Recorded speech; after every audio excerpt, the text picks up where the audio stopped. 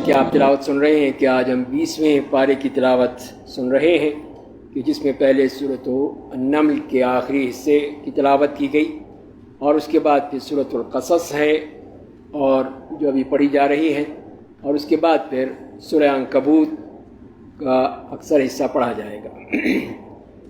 تو یہاں پہ اس 20ویں پارے میں جو شروع میں جو اللہ تعالیٰ نے 5 سوالات کیے ہیں، یہی دیکھنے کے لیے کہ ہم اس میں کس طرح اس پہ غور و فکر کرتے ہیں، سوچتے ہیں اور پھر اس کا جواب اپنے لیے تیار کرتے ہیں۔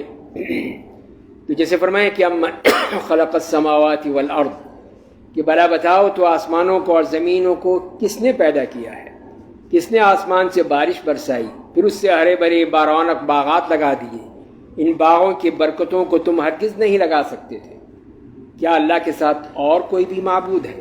بلکہ یہ لوگ ہٹ جاتے ہیں سیدھے راہ سے۔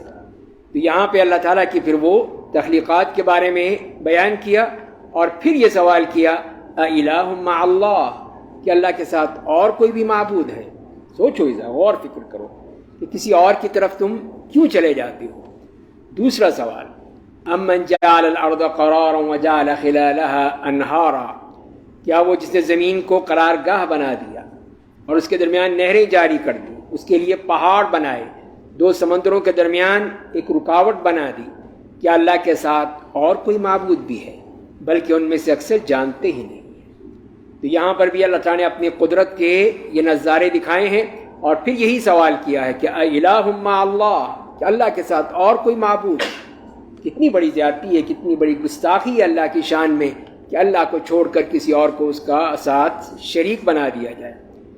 تیسری آیت میں فرمائے کہ امن یجیب المضطر اذا دعاہ، کہ بے کس کی پکار کو جب وہ پکارے تو کون قبول کر کے اس کو دور کر دیتا ہے اور تمہیں زمین کا خلیفہ بناتا ہے، کیا اللہ کے تعالیٰ کے ساتھ اور کوئی معبود؟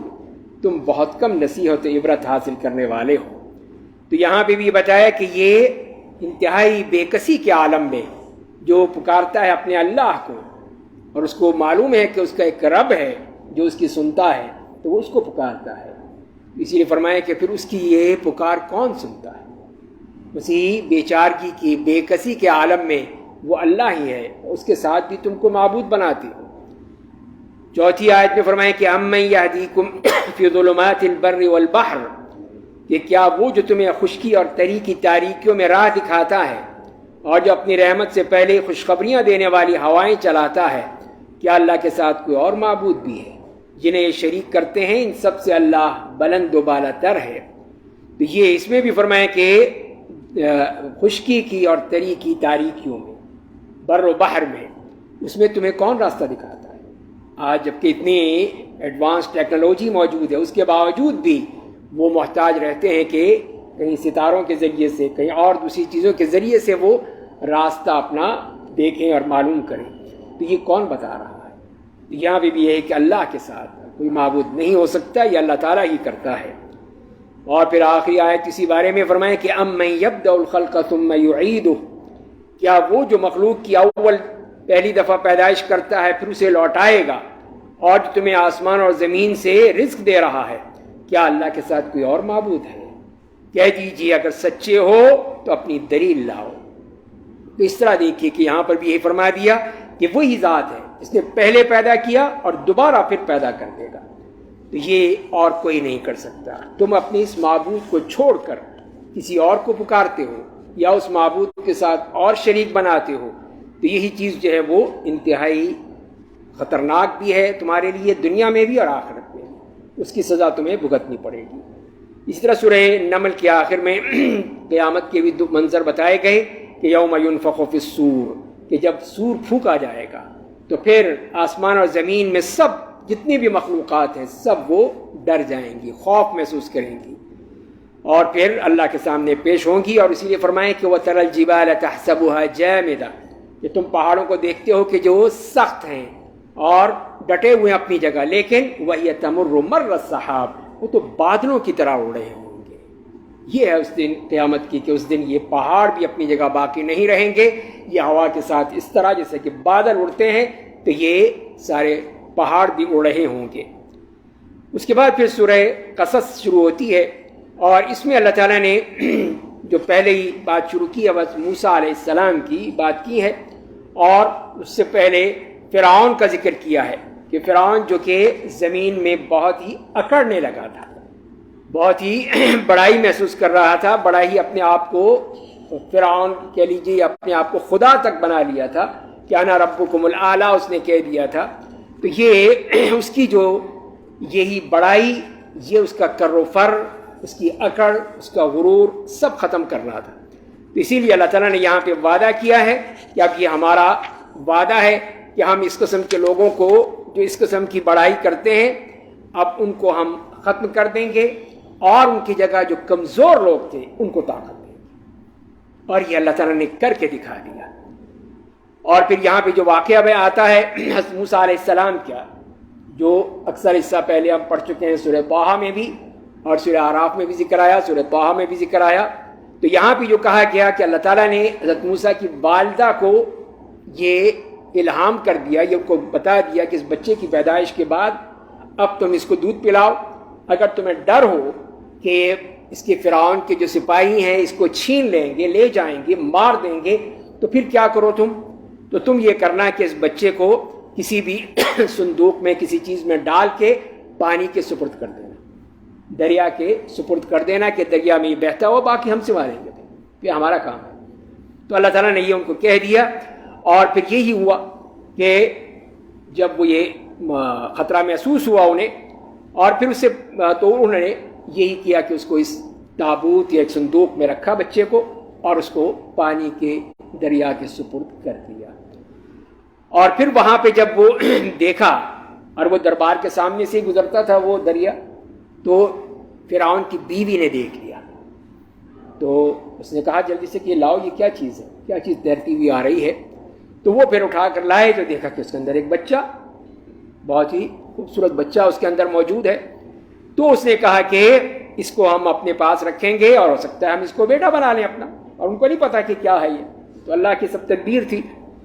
اور پھر ادھر موسیٰ کی والدہ ظاہر ماں ہے، ماں کا دل تو ٹکڑے ٹکڑے ہو رہا ہوگا کہ میرا بچہ کہاں جائے گا، کیا ہوا اس بچے کے ساتھ. لیکن سب اللہ کی تدبیریں ہیں، وہ سب کو دیکھ رہا ہے، اس ماں کو بھی دیکھ رہا ہے جس کا جگر گوشہ جو ہے وہ پانی میں بہہ رہا تھا. اور انہیں اپنی اس کی بہن کو کہا، موسیٰ علیہ السلام کی بہن کو، کہ تم ساتھ ساتھ جاؤ، چلتی جاؤ، دیکھتی جاؤ آخر یہ کہاں جاتا ہے، کیا ہوتا ہے اس کے ساتھ. ظاہر ہے کہ ماں ہے، اب وہ سوچ رہی ہے پتہ نہیں کیا ہو جائے گا. تو وہ دیکھتی ہے، بہن بھی ساتھ ساتھ جاتی ہے، دیکھتی چلی جاتی ہے. اور پھر دیکھتی ہے کہ وہ چپکے سے کہ اس کے بھائی کو اٹھا لیا انہوں نے، اس کو لے گئے ہیں دربار میں یا محل میں لے گئے ہیں. تو وہ بھی کسی طرح پھر وہ چھپتی چھپاتی وہ بھی چلے گئے اندر کہ میں بھی دیکھوں اب آگے ماجرا کیا ہوتا ہے. تو وہاں پہ اللہ تعالیٰ نے پھر جو انتظام کیا کہ اب اس کے لیے بچے کے لیے انہوں نے مختلف داہیاں لائے کہ اس بچے کو دودھ پلا دیں. تو فرمایا کہ وَحَرَّمْنَا عَلَيْهِ الْمَرَاضَ، ہم نے تمام جو دودھ پلانے والیاں تھیں سب کا دودھ اس پر حرام کر دیا. وہ لیتا ہی نہیں تھا، کسی کی پیتا ہی نہیں تھا. اب وہ پریشان کہ بچہ بلک رہا ہے، رو رہا ہے، دودھ پی نہیں رہا ہے، اب کیا کریں. تو وہ بہن آگے بڑھتی ہے کہ میں آپ کو بتاتی ہوں. یہ نہیں بتایا کہ اس کی ماں ہے، بلکہ یہ بتاتی کہ میں گھر والوں کو بتاتی ہوں، ان کے یہاں ایک خاتون ہے، اگر وہ بچے کو دودھ پلائے گی تو یہ بچہ جو ہے وہ پی لے گا دودھ. تو وہ تو پریشان تھے کہ لاؤ لاؤ جلدی لاؤ، بلاؤ اس کو، کون ہے وہ خاتون. تو اس طرح پھر واپس موسیٰ اپنی ماں کی گود میں چلے. یہ ہے اللہ کی تدبیر. دیکھیے کہ کس طرح وہ ایک چیز کو کرتا ہے کہ وہ اب وہاں پہ اپنی ماں کی گود میں ہے، لیکن خرچہ کون دے رہا ہے؟ فرعون دے رہا ہے. فرعون کا محل دے رہا ہے، وہ اس بچے کا خرچہ وہ دے رہا ہے. یہ اللہ تعالیٰ نے اس کے خرچے پہ آپ حضرت موسیٰ کو پالنا تھا کہ جس کو تو نے مارنا تھا آج تو اس کو پال رہا ہے. یہ ہے اللہ کی قدرت کہ کس طرح وہ اپنے بندوں کے ساتھ کرتا ہے. اور اس کے بعد پھر وہ وہیں پہ رہے ہیں اور آگے بات بڑھتی ہے. جب وہ بڑے ہوئے، جوان ہوئے، تو اسی میں پھر ایک دفعہ وہ آئے، داخل ہوئے، شہر میں آئے کہیں پہ کسی جگہ پہ، تو وہاں دیکھا کہ ایک قبطی اور ایک اسرائیلی جو ہے ان میں آپس میں لڑائی ہو رہی ہے. تو ظاہر ہے کہ یہ بھی بنی اسرائیل سے تھے، حضرت موسیٰ علیہ السلام. تو انہوں نے آؤ دیکھا نہ تھا، اس قبطی کا ایسا زور سے مکہ مارا کہ وہ وہیں ڈھیر ہو گیا، ختم. اب بڑے پریشان ہوئے کہ یہ کیا ہو گیا، میں نے اسے تو نہیں مارا تھا، لیکن ظاہر ہے کہ ڈیل ڈال ایک وہ دربار میں پلنے والا بچہ، خوب کھانے پینے والا شہزادہ، اس کی کیا حالت ہوگی؟ تو اس نے ایسا مکہ مارا انہوں نے کہ وہ تو وہیں ختم ہو گیا. قال هذا من عمل الشیطان، لیکن فوراً خیال پیدا ہو گیا یہ تو شیطانی عمل ہو گیا، یہ مجھے نہیں کرنا چاہیے تھا. انہ عدو مضل مبین. اور پھر اللہ تعالیٰ سے دعائیں کرنے لگے کہ میں اس طرح نہ ہو جاؤں. اگلے دن پھر ہوا کہ پھر دیکھا کہ وہی جو اسرائیل، وہ قبطی تو مارا گیا، اب اسرائیلی جو تھا ایک اور پھر لڑ رہا ہے. اس نے پھر پکارا حضرت موسیٰ علیہ السلام کو، تو یہ بڑھے آگے. تو وہ سمجھا شاید کہ یہ مجھے ماریں گے، کہ تو بڑا بدماش ہے، روزانہ ہی لڑتا ہے تو اس نے ان کا پول کھول دیا کہ اچھا آج جیسے تم نے کل ایک بندے کو مار دیا، آج تم مجھے مار دو گے. وہ حضرت موسیٰ کا راز کھل گیا کہ قاتل حضرت موسیٰ ہیں. تو اسی لیے پھر وہاں سے وہ فوراً ہی ان کے ایک جاننے والے نے اطلاع دی کہ جو انتظامیہ ہے وہ سوچ رہی ہے تمہیں پکڑنے کے لیے، تو جلدی سے نکل جاؤ ورنہ پکڑے جاؤ گے، مارے جاؤ گے. تو پھر وہاں سے نکلتے ہیں موسیٰ علیہ السلام، آتے ہیں مدین کے مقام پر. وہاں پہ اللہ سے دعا کرتے ہیں کہ اے اللہ اس وقت جو تو بھی میری مدد کرے تو میں اس کا محتاج ہوں. لما انزلت الی من خیر فقیر، جو بھی خیر ہے وہ مجھے دے دے تاکہ میں اس مصیبت سے نجات دلا دوں. اور اتنے میں دیکھتے ہیں کہ وہاں پہ جو ایک چشمہ ہے، پانی کا ایک چشمہ ہے، وہاں لوگ پانی پلا رہے ہیں اپنے جانوروں کو. اور دیکھا کہ دور دو عورتیں کھڑی ہیں، ان کے ساتھ بھی ان کے جانور ہیں، بھیڑیں ہیں، بکریاں ہیں، ان کو پلانے آئی ہیں. لیکن وہ اس ہجوم میں آنا نہیں چاہتی، تو خواتین ہیں، لوگ ان کو کہاں موقع دیں گے، اسی لیے وہ بیچاری کھڑی ہوئی ہیں. تو حضرت موسیٰ سے برداشت نہیں ہوا کہ یہ دیکھیں کہ خواتین بیچاری اس طرح کھڑی ہوئی ہیں بے یار و مددگار. وہ گئے ان کے پاس اور کہنے کہ ما خطبکما، تمہیں کیا ہوا، مسئلہ کیا ہے تمہارا، یہاں تم کیوں کھڑی ہو، جاؤ تم ہی پلاؤ. کہا کہ نہیں ہم نہیں جا سکتے، اس لیے کہ جب تک یہ سارے جو یہ چرواہے ہیں یہ نہیں جائیں گے اس وقت تک ہم نہیں جا سکتے ہیں، اسی لیے ہم یہاں کھڑے ہیں. اور پھر ساتھ ہی اپنی اس کی وجہ بھی بتا دی کہ ہم کیوں نکلی ہیں اپنے گھر سے. عورت کا گھر سے نکلنا کوئی اتنی اچھی بات نہیں ہے، اسی لیے وہ کہتی ہیں کہ وہ ابونا شیخ کبیر، ہمارا باپ بوڑھا آدمی ہے، وہ نہیں آ سکتا، بوڑھا ہے، وہ نہیں سنبھال سکتا، اسی لیے ہمیں نکلنا پڑا ہے. تو عورت نکلتی ہے تو مجبوراً نکلتی ہے، صرف وہ اپنے عیش و عشرت کے لیے نہیں نکلتی. اسی لیے انہوں نے صاف کہہ دیا کہ ہم اس لیے مجبوراً نکلے ہیں. تو حضرت موسیٰ نے کہا کہ یہ تو کوئی مسئلہ ہی نہیں، آؤ. پھر جلدی گئے، وہاں سب کو ہٹایا، پانی کا چشمہ جو بھی تھا جہاں پہ وہ ہٹایا اس کو، اور کہا پلاؤ ان کو. پانی پلا کے وہ چلی گئی بڑے آرام سے، خوش کہ آج تو مزہ ہی آ گیا کہ کتنی جلدی ہم فارغ ہوئے، ورنہ کئی گھنٹے ہمیں انتظار کرنا پڑتا تھا کہ کتنا یہ نیک بندہ ہے جس نے ہمیں پانی پلوا دیا ہمارے بکریوں کو. تو یہ وہاں پہنچی تو ظاہر ہے کہ وہاں سوال کیا ہوگا باپ نے کہ اتنی جلدی کیسے آ گئیں.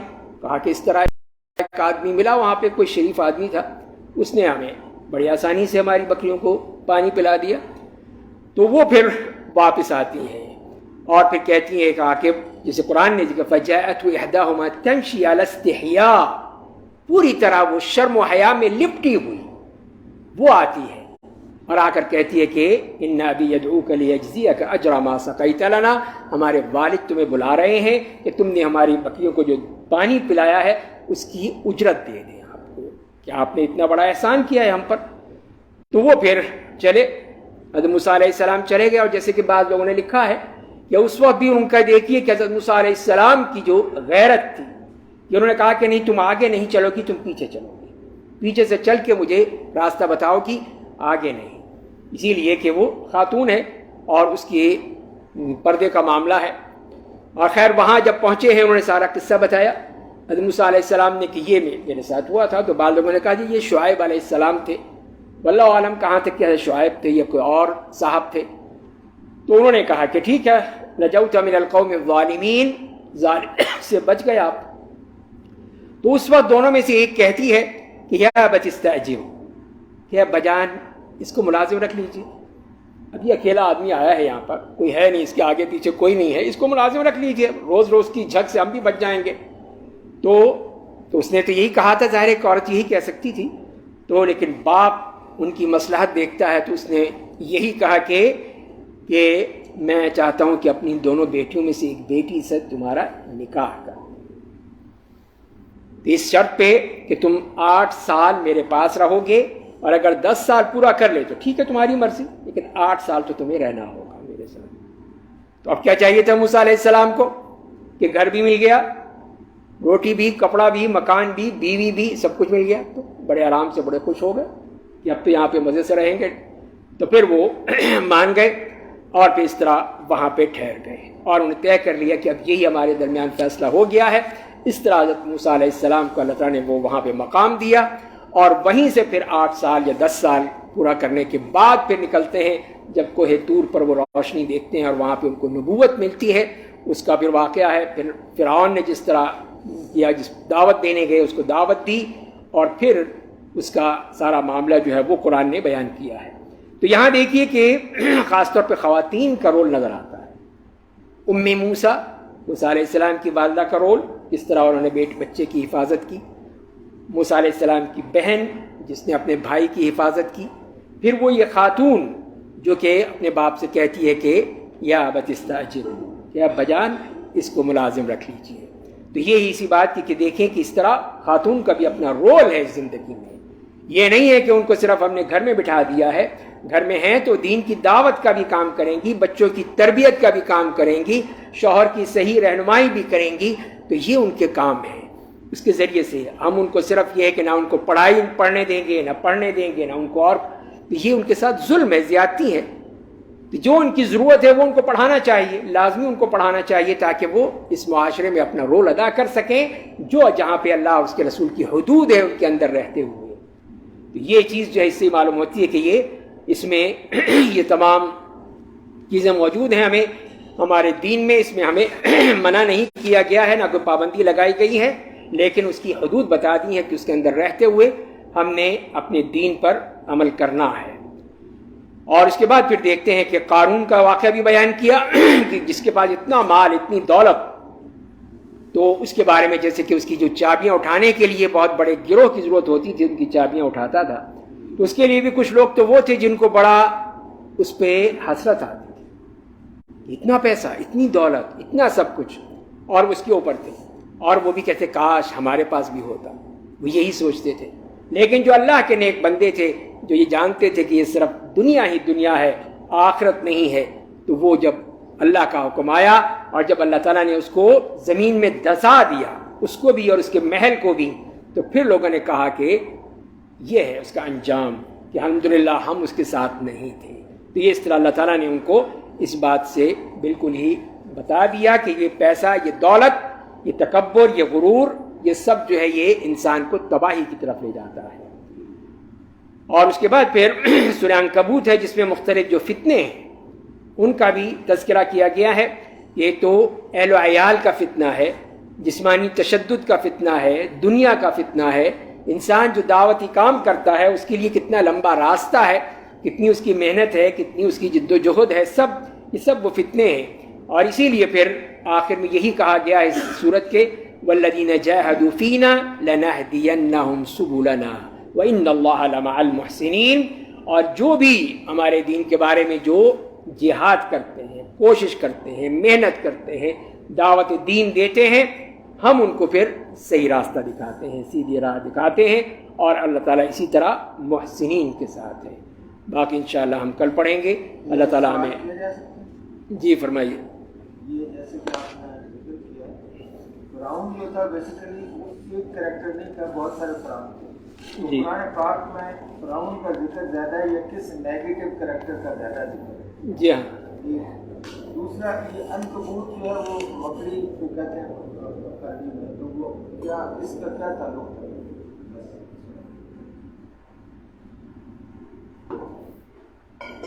جہاں تک کہ فرعون کا ہے تو فرعون تو معلوم ہے کہ اللہ تعالیٰ نے ایک کوئی، جیسے آپ نے کہا کہ ایک وہ سمبل کے طور پہ بتا دیا ہے کہ یہ ہے جو کہ فرعونیت ایک سے استعارہ بن گیا، کہ جو شخص بھی انتہائی تکبر میں، غرور میں، کہ صرف جس کو اپنی ہی نظر آتا اور کچھ نظر نہیں آتا، اس کی کیفیت کیسے ہوتی ہے۔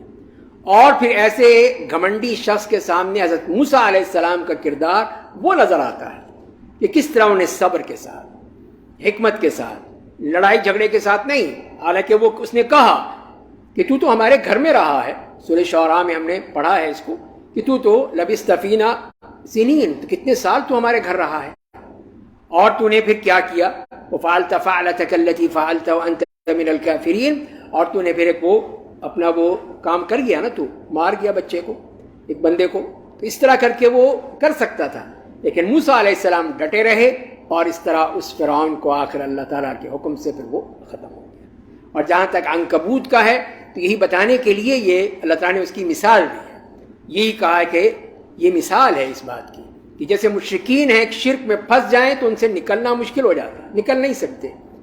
تو اسی لیے کہ حالانکہ عنکبوت کا ان اوہن البیوت لبیت العنکبوت، کہ سب سے جو کمزور ترین جو گھر ہے وہ مکڑی کا جالا ہے، اس کو آپ ہاتھ ماریں وہ فوراً ختم ہو جائے گا، لیکن جو اس میں پھنس جاتا ہے وہ نکل نہیں سکتا. اس میں کوئی بھی کیڑا، کوئی بھی پرندہ، کوئی بھی حشرہ کوئی بھی آئے گا فوراً پھنس جائے گا وہاں پہ، اور پھر اس کو مکڑی کھا جائے گی. یہی بتایا ہے کہ کمزور تو ہیں چیزیں، لیکن جو پھنس جاتا ہے پھر نکل نہیں پاتا ہے. تو یہی شرک کی وجہ ہے کہ شرک میں جو پھنس جاتا ہے پھر وہ اسی کے دلدل میں پھنس جاتا ہے، نکلنا مشکل ہو جاتا ہے. اللہ تعالیٰ ہمیں سمجھنے کی توفیق عطا فرمائے.